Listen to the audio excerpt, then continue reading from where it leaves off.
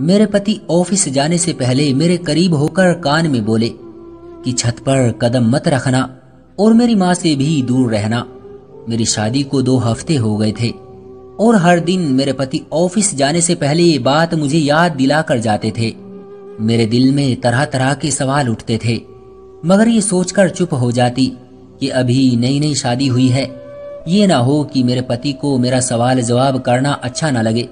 मेरे पति ऑफिस चले जाते और मेरी नंद प्रीति स्कूल चली जाती तो मैं भी अपने कमरे में चली जाती थी। लेकिन मेरी सास बार बार बहाने बनाकर मेरे पास आना चाहती थी, मगर मैं अपने पति के डर की वजह से उनसे दूर दूर ही रहती थी। 2 बजे के करीब मेरी नंद प्रीति स्कूल से वापस आ जाती थी और यूनिफॉर्म चेंज किए बिना ही छत पर चली जाती थी। प्रीति छत पर पूरा पूरा घंटा बिताकर आती थी। वो जैसे ही नीचे उतरती मेरी सास उसको बातें सुनाना शुरू कर देती थी और देखते ही देखते हमारा घर जैसे पानीपत के युद्ध का मैदान बन जाता था। पहले पहले तो मुझे लगता था कि मेरी सास प्रीति के साथ इसलिए झगड़ती थी क्योंकि वो स्कूल से वापस आने के बाद बस्ता खोलकर भी नहीं देखती थी, मगर अब मुझे इस घर में आए हुए 2 हफ्ते हो गए थे। अब मुझे ऐसा लगता कि मेरी सास प्रीति को छत पर जाने से रोकती थी, मगर वो उनकी बात को तवज्जो ही नहीं देती थी। फिर शाम को जब मेरे पति आते तो सीधे प्रीति के कमरे में चले जाते। न जाने दोनों बहन भाई घंटे भर क्या मीटिंग करते रहते थे। प्रीति के कमरे से निकलकर वो सीधे छत पर चले जाते और वहां भी काफी देर तक बैठे रहते थे। मैं कमरे में बैठी ये सब देखती रहती थी। शाम गए जब मेरे पति कमरे में आए तो मैं मुंह बसूर कर बैठ गई थी। वो मुझे देखकर हंस पड़े और बोले, आज तो सूरज 1.25 हाथ पर है, ऊपर वाला रहम करे। उनके हंसने से मुझे हिम्मत मिल गई थी, इसलिए मैं शिकवा किए बिना न रह सकी। मैंने उनसे कहा कि आप मुझे घर वालों से घुलने मिलने क्यों नहीं देते और ना ही खुद मुझे वक्त देते हैं। हर समय छत पर बैठे रहते हैं, न जाने क्या खजाना छुपा रखा है वहां। अनिल एकदम से सीरियस हो गए। उनकी आंखों में गुस्सा देखकर मैं डर गई थी। वो बिना कुछ कहे ही घर से बाहर चले गए। रात के खाने के लिए भी वापस नहीं आए थे। प्रीति की जान पर बनी हुई थी। उसने अलग से अनिल भाई कहाँ गए की रट लगाई हुई थी। रात के 10 बज गए थे, मगर अनिल का कोई अता पता ही नहीं था। मैं दिल ही दिल में खुद को कोस रही थी कि न जाने मेरी किस बात पर वो मुझसे इस कदर नाराज हो गए हैं। प्रीति जैसे ही कमरे में गई मेरी सास झट से उठकर मेरे पास आई और बोली, अभी तुम्हारी शादी को जुमा 8 दिन भी नहीं हुए हैं और तुम्हारा पति गायब रहने लगा है, उस पर कड़ी निगाहें रखो। सास की बात सुनकर मेरे दिल में ढेरों सवाल आने लगे। तभी अनिल दरवाजा खोलकर घर में दाखिल हो गए। उन्होंने मुझे अपनी माँ के करीब खड़े देख लिया था। अनिल कुछ भी बोले बिना ही मुझे कलाई से पकड़कर कमरे में ले गए। अनिल गुस्से से बोले, माँ तुम्हें क्या कह रही थी? मेरा तो दिल पहले ही कांप रहा था। उनकी गुस्से भरी आवाज सुनी तो मेरी आंखें भीग गई और मैं रोने लगी। मैं बोली, माँ जी कह रही थी कि अनिल का ख्याल रखा करो। मैंने जानबूझकर बात पलटकर बताई थी, क्योंकि उनकी तो अपनी माँ से पहले से ही नहीं बनती थी। न जाने इसकी वजह क्या थी। अनिल को मेरा जवाब सुनकर कुछ तसल्ली हुई। फिर अनिल बहुत ही आहिस्ता से बोले, देखो बात यह है कि मैंने छत पर अलग अलग तरह की नस्ल के तोते पाले हुए हैं। इस मौसम में तोतियां अंडों पर बैठकर बच्चे निकालती हैं। इस तरह उनकी नस्ल बढ़ जाती है। लेकिन अगर तोते किसी अजनबी आदमी को अपने पिंजरे के पास देख लें तो उनको खतरा महसूस होता है। फिर वो अंडों से बच्चे नहीं निकालते, वो अपने अंडे खुद ही तोड़ देते हैं। तुम अभी उनके लिए अजनबी हो, इसलिए मना करता हूं। अनिल की बात सुनकर मेरा दिल हल्का हो गया था। मैं बोली, परिंदे तो मुझे भी बहुत पसंद हैं। मैं आपके तोतों का ख्याल रखूंगी। प्रीति भी तो ख्याल रखती है। अनिल हंसकर बोले, मेरे तोते प्रीति को जानते हैं। मैंने उसकी ड्यूटी लगा रखी है कि वो मुझे तोतों की रिपोर्ट दिया करे, किस जोड़े ने अंडे दे दिए हैं और किसने अभी बच्चे निकाले हैं। मैं सारी बात समझ गई थी। फिर मैं बोली, आप मुझे माँ जी के पास बैठने से मना क्यों करते हैं? वो बोले, क्योंकि माँ तुम्हें नुकसान पहुंचा सकती है। उनका मानसिक संतुलन कुछ बिगड़ा हुआ है। क्या तुम नहीं देखती कि वो हर वक्त लड़ती झगड़ती रहती है? मैंने हाँ में सर हिला दिया। अनिल के जवाब से मेरे दिल को कुछ सुकून मिला। मैं अपने आप को बहुत ही हल्की फुल्की सी महसूस कर रही थी। अगले दिन फिर अनिल मेरे कान में बोले कि छत पर मत जाना और माँ से दूर रहना। लेकिन मैंने दिल ही दिल में सोच लिया था कि मैं अनिल से छुपकर माँ जी का ख्याल रखूंगी। बीमारी में क्या माँ बाप औलाद को छोड़ देते हैं। अनिल और प्रीति तो अपनी माँ से गैरों जैसा सलूक करते थे, मगर मैं तो ऐसा नहीं कर सकती थी ना। इसलिए मैं दोनों के जाने के बाद अपनी सास के पास आकर बैठ गई। मैंने कहा, माँ जी, मैं आपके सर में तेल लगाकर मालिश कर दूं। उन्होंने जल्दी जल्दी हाँ में सर हिलाया कि कहीं मैं बाद में मुकर न जाऊं। मैं उनके सर में तेल लगाते हुए इधर उधर की बातें कर रही थी, जबकि मेरी सास बार बार मुझसे जिद कर रही थी कि तुम छत पर जाकर वहां की सफाई कर दो। मैं बोली, माँ जी, अनिल ने मुझे छत पर जाने से मना किया है। वो बोली, हम दोनों घर में अकेले हैं, ना तुम अनिल को बताओगी और ना ही मैं बताऊंगी। फिर डर किस बात का। मैंने सोचा कि अगर मैंने अपनी सास को मना कर दिया तो वो नाराज ना हो जाए। वो कहेगी कि पहली बार किसी काम को कहा है और वो भी बहू ने मुंह पर ही मना कर दिया। वैसे भी मुझे तोते देखने का बहुत शौक था, लेकिन मेरी बदकिस्मती ये थी कि मैं जैसे ही झाड़ू लेकर सीढ़ियां चढ़ने लगी, प्रीति अचानक ही गेट खोलकर घर में दाखिल हो चुकी थी और वो भागते हुए मेरे पीछे आई और उसने मुझे कलाई से पकड़कर नीचे की तरफ खींच लिया और बोली, आपको भाई ने छत पर जाने से मना किया था ना, मगर आपने उनकी बात नहीं मानी। मैं अभी भाई को फोन करके बताती हूँ। मैं डर के मारे कांपने लगी। फिर मैंने प्रीति के आगे हाथ जोड़ दिए कि तुम अनिल को कुछ मत बताना, मगर उसने मेरी एक न सुनी और फोन मिलाकर अनिल से बोली, मैंने भाभी को छत पर जाते हुए रंगे हाथों पकड़ लिया है। ये तो अच्छा हुआ कि आज हाफ डे था और आज स्कूल से आधी छुट्टी हो गई, वरना सोचे क्या हो जाता। मैं अपनी अक्ल पर मातम करने लगी थी कि मैंने ये बात नजरअंदाज क्यों कर दी कि आज तो आधी छुट्टी थी। प्रीति ने मुझे फोन पकड़ा दिया और बोली, भाई आपसे बात करना चाहते हैं। मैंने फोन कान से लगाकर हेलो किया तो अनिल की गुस्से से भरी आवाज सुनाई दी। वो बोले, आज मैं इसको तुम्हारी पहली और आखिरी गलती समझकर माफ कर रहा हूं, लेकिन अगर एक बार भी तुमने ये हरकत दोबारा करने की कोशिश की तो मैं कुछ भी सोचे समझे बिना ही तुम्हें घर से निकाल दूंगा। मुझे अनिल से इस तरह की उम्मीद नहीं थी। मैं अपने कमरे में जाकर रोने लगी थी। शाम हुई तो अनिल ऑफिस से लौट आए थे। वो रोज की तरह प्रीति के कमरे में चले गए और फिर छत पर चले गए।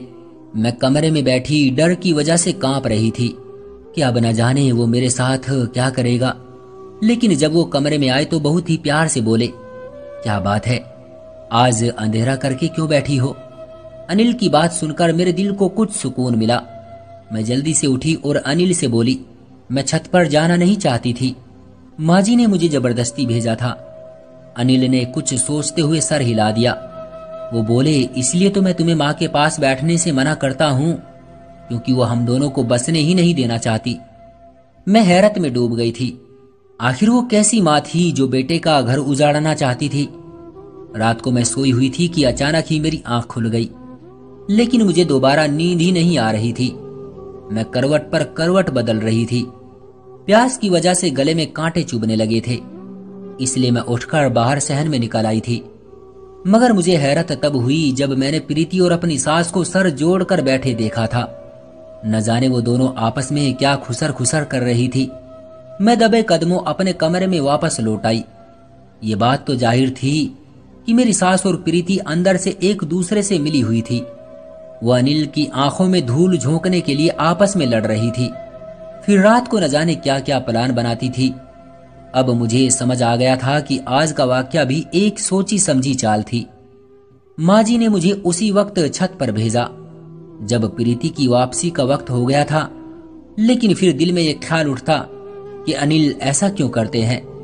तोते तो अक्सर घरों में पाए जाते हैं, मगर इस कदर एहतियात उससे पहले देखने को नहीं मिली थी। मैंने सोच लिया था कि मैं इन तीनों को बेनकाब करके ही रहूंगी। अगले दिन ऑफिस जाने से पहले अनिल ने मुझे फिर से वही बात कही जो वो हमेशा ही मुझे कहते थे। अनिल और प्रीति के जाने के बाद मैं भी अपने कमरे में चली गई थी। मेरी सास मुझे बार बार आवाज देती जा रही थी। वो कभी कहती कि आकर मेरी टांगे दबा दो, तो कभी कहती कि सर में तेल डाल दो। दिल चाहता था कि उनकी बात मान लूं, मगर दिल दिमाग बार बार मना ही कर रहे थे। इसलिए मैं दिल दिमाग की जंग में फंसी रही, मगर कमरे से बाहर न निकली। दोपहर 2 बजे के करीब प्रीति घर आई थी। वो सीधा मेरे कमरे में ही आई थी। वो बोली, भाभी, मैंने महसूस किया है कि कल के झगड़े के बाद आप मुझसे नाराज सी हो। मैं मुंह बसोड़ कर बोली, क्या नाराज नहीं होना चाहिए? प्रीति मेरे पास आकर बेड पर बैठ गई और बोली, अगर मैं आपकी जगह होती तो मैं भी नाराज हो ही जाती, मगर आप खुद को मेरी जगह रखकर देखोगी तो आपकी नाराजगी खत्म हो जाएगी। मैं बिन बाप की बच्ची हूँ।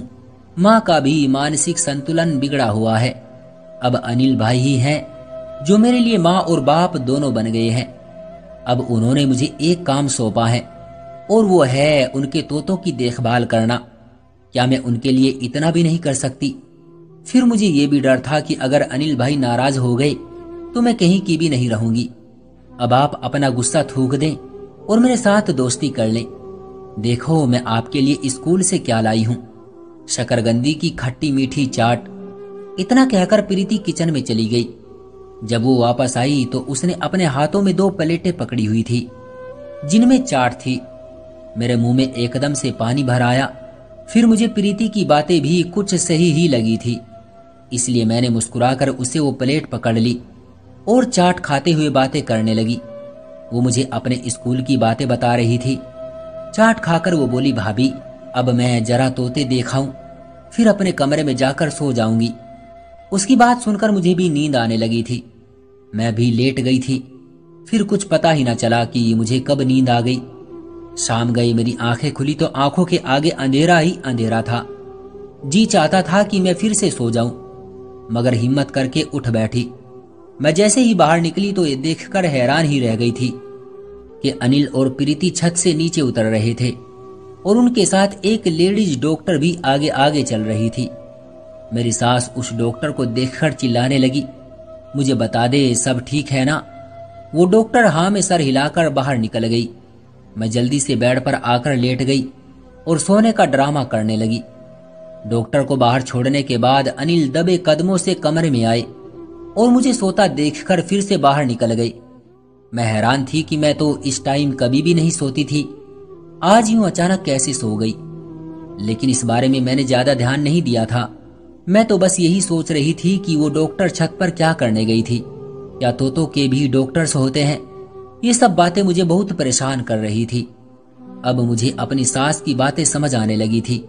शायद वो मुझे ऊपर इसलिए भेजना चाहती थी कि वहां कोई राज मेरा इंतजार कर रहा था जो अनिल मुझसे छुपाना चाह रहे थे। लेकिन मैं अनिल की नाराजगी मोल लेकर कोई भी राज नहीं जानना चाहती थी, क्योंकि मुझे अपने पति से बहुत मोहब्बत थी। आधा घंटा मैं इसी तरह पड़ी रही थी। फिर जब मैं बाहर निकली तो प्रीति से सबसे पहले मैंने पूछा कि अनिल कहाँ है। उसने आंखों में हैरत भरकर मुझे देखा और घबरा कर बोली, भाभी, इस टाइम अनिल भाई कहाँ होते हैं? अपने ऑफिस ना?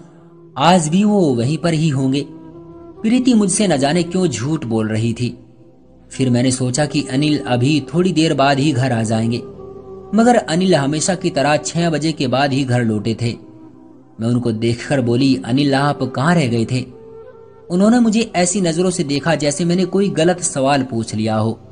वो बोले, मैं तो ऑफिस से इसी वक्त लौटता हूँ, तुम ऐसा क्यों पूछ रही हो? मैंने नहीं में सर हिलाकर कहा कि कुछ नहीं। मैं चाहती थी कि सबके सामने ही छत पर जाकर राज पता कर लूं, मगर फिर अनिल का प्यार और उनके गुस्से का डर मुझे ये सब करने से रोक रहा था। अब यूं ही दिन गुजर रहे थे, लेकिन मेरा शक बढ़ता ही जा रहा था। यूं ही मैं एक दिन सहन में बैठी बाल संवार रही थी कि मुझे किसी की चीख की आवाज सुनाई दी। मैंने अपनी सास की तरफ देखा और उन्होंने मेरी तरफ देखा। फिर चीखों की आवाज बढ़ती ही चली जा रही थी। ये आवाज छत से आ रही थी। मेरी सास के घुटनों में दर्द रहता था। वो सीढ़ियां नहीं चढ़ सकती थी, लेकिन ये आवाज सुनकर वो अपना दुख दर्द सब कुछ ही भूल बैठी थी और छत पर चढ़ने की कोशिश करने लगी थी। अभी उन्होंने 2 सीढ़ियां ही चढ़ी थी कि उनके घुटनों ने जवाब दे दिया। मैं सब परेशान होकर खड़ी देखती रही और यही सोच रही थी कि क्या करूं। तभी मेरी सास ने अचानक मेरे पांव पकड़ लिए और रोते हुए बोली, जाओ छत पर चली जाओ, उसे जाकर बचा लो, तुम्हें ऊपर वाले का वास्ता है। चीखों की आवाज भी बढ़ती जा रही थी। कुछ भी सोचे समझे बिना ही ऊपर की तरफ भाग गई। ये देखकर मैं बहुत हैरान थी कि ऊपर तो कोई पिंजरा था ही नहीं, बस सामने एक कमरा बना हुआ था जिसे बाहर से कुंडी लगाई हुई थी और ये आवाज उसी कमरे से आ रही थी। मैंने जल्दी से दरवाजा खोला तो ऊपर किसी तोते का नामो निशान ही नहीं था। वहां तो एक लड़की पेट पकड़कर रो रही थी। मैं भागकर उस लड़की के पास गई और उसे दिलासा दी कि तुम फिक्र ना करो, मैं अभी डॉक्टर को बुला कर लाती हूँ। मैं भागकर नीचे गई और अपनी सास को ये सब बताया, मगर मेरी बात सुनकर वो हैरान नहीं हुई थी। वो बोली, मैंने डॉक्टर को फोन कर दिया है, वो बस पहुंचने ही वाली है।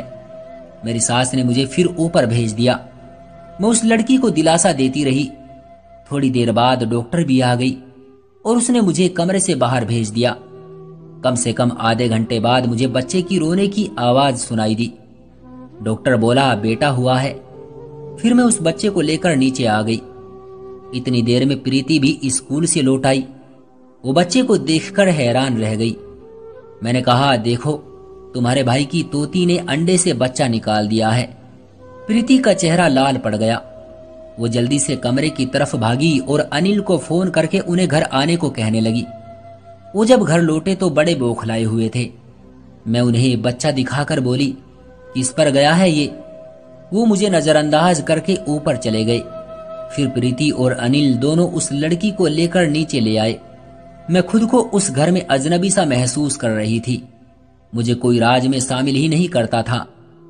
मुझे लगा कि शायद ये लड़की अनिल की पत्नी है, इसलिए तो अनिल उसे मुझसे छुपा छुपा कर रखते थे।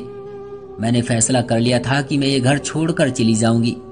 मैं कमरे में आकर अपना सामान पैक कर रही थी जब अनिल कमरे में आए और मुझे देखते रहे। फिर बोले, ये क्या कर रही हो तुम? मैंने कहा, मैं आपका घर छोड़कर जा रही हूँ। अनिल बोले, मुझसे ऐसी कौन सी गलती हो गई है जो तुम मुझे छोड़कर जा रही हो? मैंने कहा, ऊपर वाले ने आपको चांद सा बेटा दिया है, आपको और क्या चाहिए? मेरी तो आपको पहले भी परवाह नहीं थी। ऑफिस से आकर आप प्रीति के पास बैठ जाते थे, फिर आप छत पर चले जाते थे। मैं तो आपकी जिंदगी में कुछ हूं ही नहीं। अनिल ने मेरे सामने से कपड़ों वाला बैग उठा लिया और मेरा हाथ थामकर मुझे अपने सामने बैठा लिया। फिर बोले, मेरी बात को बहुत ही ध्यान से सुनना। तुम जानती हो कि ये लड़की जो छत पर रहती है ये मेरी सगी बहन है। ये जब 16 साल की हुई तो न जाने किस दरिंदे की बातों में आ गई। उस लड़के ने छुपकर इससे शादी कर ली और ये प्रेग्नेंट हो गई। माँ ने ये बात मुझसे छुपा ली थी, लेकिन मुझे उसके बढ़ते पेट से अंदाजा हो गया था कि कुछ न कुछ तो गड़बड़ जरूर है। मैंने उससे पूछा, वो छोटी थी तो डर गई और सब कुछ मुझे बताने के लिए तैयार हो गई। सच सुनकर मैं तो कांप कर रह गया था। जब मैंने उससे और बातें पूछने की कोशिश की तो वो रोने लगी थी। उसने मुझे अपने पति का नाम नहीं बताया था। फिर मोहल्ले वाले को हम क्या बताते कि ये किसका बच्चा है? मेरी मासूम बहन बदनाम होकर रह जाती और हम भी किसी को मुंह दिखाने के लायक न रहते। इसलिए मैंने उसको कहा कि वो छत पर ही रहे। वो इस बात पर तैयार हो गई थी, लेकिन माँ को लगता था कि मैंने और प्रीति ने उसको उसके जुर्म की सजा देने के लिए उसे छत पर कैद किया हुआ है। माँ घुटनों की वजह से छत पर नहीं जा सकती थी, इसलिए हर समय मुझसे और प्रीति से झगड़ती रहती थी कि मेरी बेटी को नीचे ले आओ। जहां तक तुम्हारी बात है तो मैंने तुम्हें इसलिए नहीं बताया क्योंकि अभी तो तुम हमारे घर में नई नई आई थी। तुम मेरी बहन के बारे में कोई गलत राय भी सोच सकती थी। मुझे डर था कि तुम मुझे छोड़कर न चली जाओ। अब जब हर चीज तुम्हारे सामने आ ही गई है तो मैं तुमसे एक मदद मांगना चाहता हूँ। क्या तुम मेरी बात मानोगी? मैं अनिल की बातें सुनकर अपनी नंद के लिए परेशान हुई। मैंने झट से हाँ में सर हिला दिया तो अनिल बोले, तुम मेरी बहन के साथ दोस्ती का रिश्ता बना लो। तुम ही वो इंसान हो जिसे वो अपना राज बता सकती है, क्योंकि उसने ना प्रीति को कुछ बताया है और ना ही माँ को। मैंने अनिल से वादा किया था कि मैं उससे पूछकर ही रहूंगी। अब मैं हर समय अपनी नंद के साथ साथ रहती थी। मैं उसके बच्चे का बहुत ख्याल रखती थी। मैंने एक दिन उससे कहा कि ये बच्चा कितना बदनसीब है ना, इसे तो बाप का भी प्यार नहीं मिला। वो ये बात सुनकर फूट फूट कर रोने लगी। फिर बोली, भाभी इस बच्चे का बाप रमेश है, मेरा बचपन का मंगेतर। न जाने हमें क्या सूझी कि हमने जोश जोश में घर वालों से छुपकर शादी कर ली थी। जब मैं प्रेग्नेंट हुई तो वो डर गया और पीछे हट गया, क्योंकि वो तो खुद अभी कॉलेज का स्टूडेंट था। वो घर वालों को ये सब नहीं बताना चाहता था। नंद के मुंह से उसके पति का नाम सुनकर मेरे सर से तो जैसे बोझ ही उतर गया। मामला तो बहुत ही सीधा था। हम बिना वजह ही घबरा रहे थे, क्योंकि जो इसके बच्चे का पिता था उसके साथ तो इसका बचपन से ही रिश्ता तय हो चुका था। मैंने अनिल से बात की तो उन्होंने भी सुकून का सांस लिया। फिर तो सारा मामला ही सुलझ गया। अगले दिन अनिल रमेश के घर गए और रमेश के मम्मी पापा से बात की। उन्हें भी सारी बात बता दी। शुक्र है कि रमेश के माँ बाप ने अपने बेटे की गलती को स्वीकार किया और शर्मिंदगी भरे लहजे में बोले कि आप चिंता ना करें, कुछ सालों बाद भी तो हमें तुम्हारी बहन को बहू बनाकर ले ही आना है, तो आज क्यों नहीं।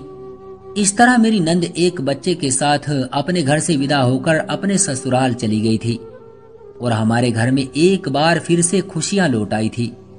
तो दोस्तों, ये थी हमारी आज की कहानी। आपका क्या कहना है इस कहानी के बारे में, कमेंट करके हमें जरूर बताएं। वीडियो को लाइक करके चैनल को सब्सक्राइब कर लीजिए, साथ में घंटी को दबाकर ऑल पर कर लें, ताकि आने वाली वीडियो का नोटिफिकेशन आपको तुरंत मिले। मैं मिलता हूं आपसे अगली वीडियो में, तब तक के लिए धन्यवाद।